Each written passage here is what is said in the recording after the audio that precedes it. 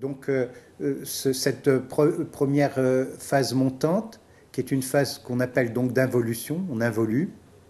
est une phase d'incarnation, une phase d'action, et on voit bien que le mi-point de cette phase de 42 ans, c'est 21 ans. Normalement, à 21 ans, qui était l'âge de la majorité autrefois, l'âge de 21 ans est un âge où on devrait savoir à peu près qui on est en tant que personne, ce qu'on ne sait pas évidemment dans nos sociétés à l'heure actuelle, mais bien que les circonstances de la vie nous mettent dans un cadre de nous dire la direction qu'on peut prendre à ce moment-là. Mais 21 ans est un âge très important. De la même manière, 63 ans, on verra dans la phase descendante, est un âge très important aussi. Donc, nous, quand on regarde un thème, on regarde où se situe la personne et est-ce qu'elle a répondu à l'appel, je dirais presque ésotérique, l'appel caché qu'il y a derrière ce système de valeurs. Hein, est-ce qu'elle s'est incarnée, est-ce qu'elle s'est construite pour pouvoir, dans un deuxième temps de vie, évoluer. Et la véritable évolution,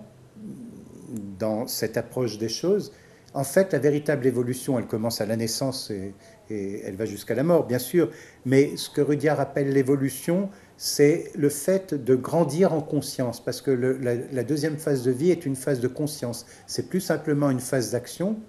c'est une phase de conscience, d'évolution, des apostrophes, évolution. On peut grandir, s'élever,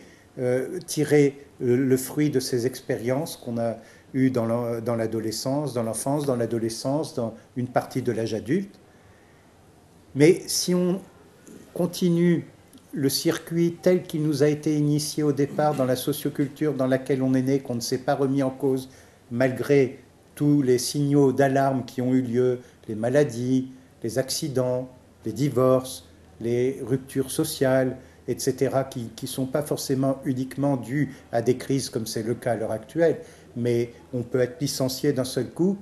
et puis c'est un message que l'âme nous donne pour dire, ben, d'accord, on est dans une situation de précarité, mais en même temps, et c'est angoissant, j'en dis ce qu'on vient pas, mais en même temps, notre âme nous dit, voilà, tu es à ce moment où tu peux aller vers ta réalisation la plus essentielle et la plus profonde, qui n'est pas forcément dans la structure dans laquelle tu es. Hein, comme l'a très bien décrit d'ailleurs un écrivain qui fait de la PNL, mais c'est aussi cette approche-là, Laurent Gounel.